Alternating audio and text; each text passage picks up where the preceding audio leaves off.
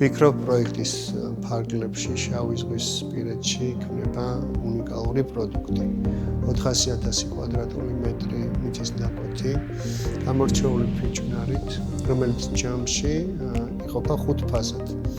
ურბანული თვალსაზრისით თითოეული ფაზა აბსოლუტურად თვითმყოფადია. ამავდროულად გენგეგმის ნაწილში ერთიან ჯანსაღ ჩამოყალიბებულ სტრუქტურას ქმნით, რომელიც შინაარსობრივად და კომპოზიციურად ეხმიანება ზღვისპირა კურორტის განაშენიანებას.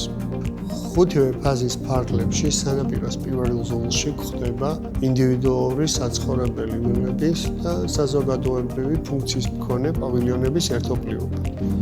ასევე მინდა აღვნიშნო, რომ სანაპიროზე განვითარებული შენობების არქიტექტურული ფორმები მთლიანად მორგებულია არსებულ ხე-ნარგავებზე, რომელიც პლასტიკური რბილი ფორმებით ხასიათდება და მაქსიმალურად ორგანულად, ჰარმონიულად ეწერება არსებულ გამწვანებულ გარემოში.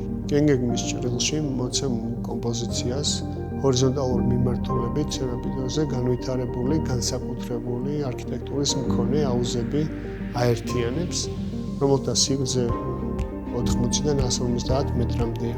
ვფიქრობ, ქართულ რეალობაში საკმაოდ დეფიციტურია ზღვის პერპენდიკულარულად აქცენტირებული განვითარება.